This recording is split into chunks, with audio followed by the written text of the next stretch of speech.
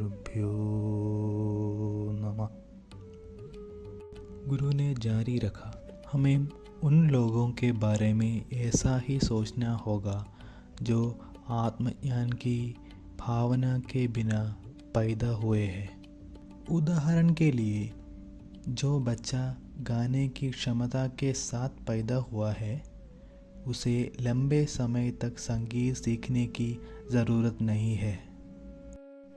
लेकिन जो लोग जन्म से प्रतिभाशाली नहीं है, उनके लिए परिस्थितियों के आधार पर यह करना संभव नहीं है कि इसमें कुछ साल, एक की जीवन या स्वयं जीवन लग सकता है।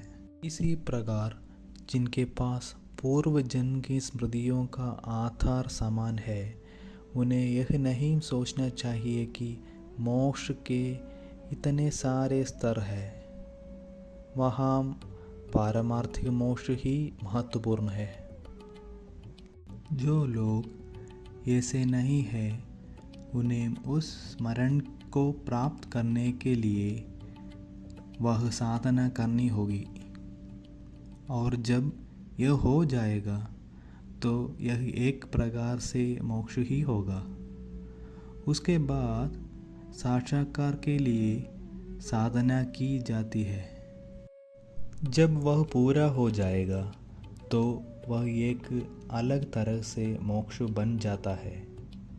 बाद में जब वह पारलौकिक स्तर पर चढ़ जाता है तो पिछली दोनों अवस्थाएं गायब हो जाती है और पूर्ण मोक्ष बन जाती है।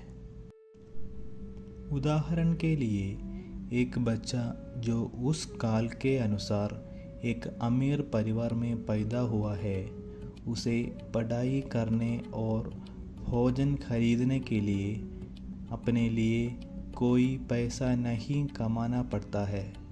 अन्यथा जन्म लेने वाले बच्चे को उसी भोजन और शिक्षा के लिए या तो समुदाय की दया पर या थोड़े बड़े होने के बाद समुदाय से ही या किसी अन्य तरीके से मदद लेनी होगी। यहाँ समझने वाली बात यह है कि अगर यह आपके पास है तो आप बाकी पा सकते हैं, अगर नहीं है तो उसे पाने के लिए भी आपको समय लगाना होगा। इसलिए किसी भी चीज़ के लिए उसके लिए यह महत्वपूर्ण है कि वह कहाँ खड़ा है। यह अनुभूति ज्ञान पर आधारित एक और मोक्ष है। अतः समस्त मेखलाओं से होते हुए या कोई भी कार्य करके आगे बढ़ो।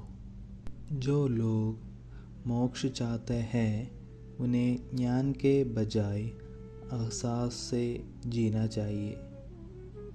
यह कहा जा सकता है कि जन्म के बाद आप उस पल में जो देखते हैं, उसमें जीने के बजाय अतीत और भविष्य के बारे में सोचें और उसका मूल्यांकन करें और उस पल में उस पर कार्य करें।